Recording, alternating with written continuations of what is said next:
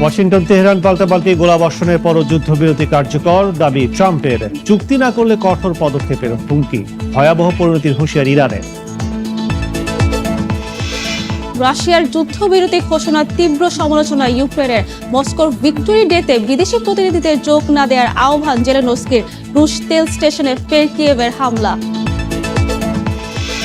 এবং যুদ্ধবিরতির মধ্যেও লেবাননে ইসরায়েলের ভয়াবহ হামলায় নিহত 11। ওয়াশিংটন ডিসিতে নতুন দফার শান্তি আলোচনা, অগ্রাধিকার পাবে সীমান্ত নিরাপত্তা ও পুনর্গঠন ইস্যু।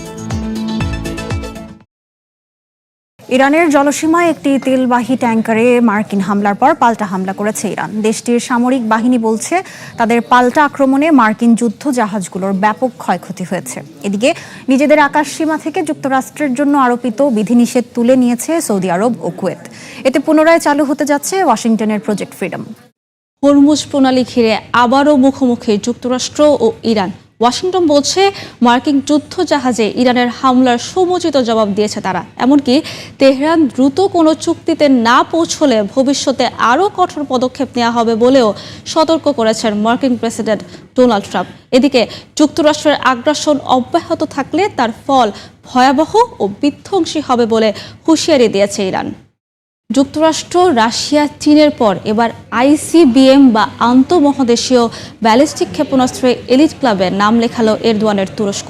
শব্দের চেয়ে 25 গুণ বেশি গতিতে ছুটে চলা এই ক্ষেপণাস্ত্রের নাম ইলদিরহাম। রাশিয়ার সীমিত যুদ্ধবিরতির ঘোষণা নিয়ে কড়া সমালোচনা করেছেন ইউক্রেনের প্রেসিডেন্ট ভলোদিমির জেলেনস্কি। এক ভিডিও বার্তায় তিনি দাবি করেন রাশিয়া চায় ইউক্রেন যেন তাদের সামরিক কুচকাওয়াজকে নিরাপত্তা দেয়, তারপর আবার যুদ্ধ চালিয়ে যায়। ভিক্টোরি ডে উদযাপনে বিদেশি প্রতিনিধিদের মস্কো না যাওয়ার আহ্বান জানিয়েছেন জেলেনস্কি। এদিকে রুশ তেল স্টেশনে অষ্টমবারের মতো হামলা চালায় ইউক্রেন।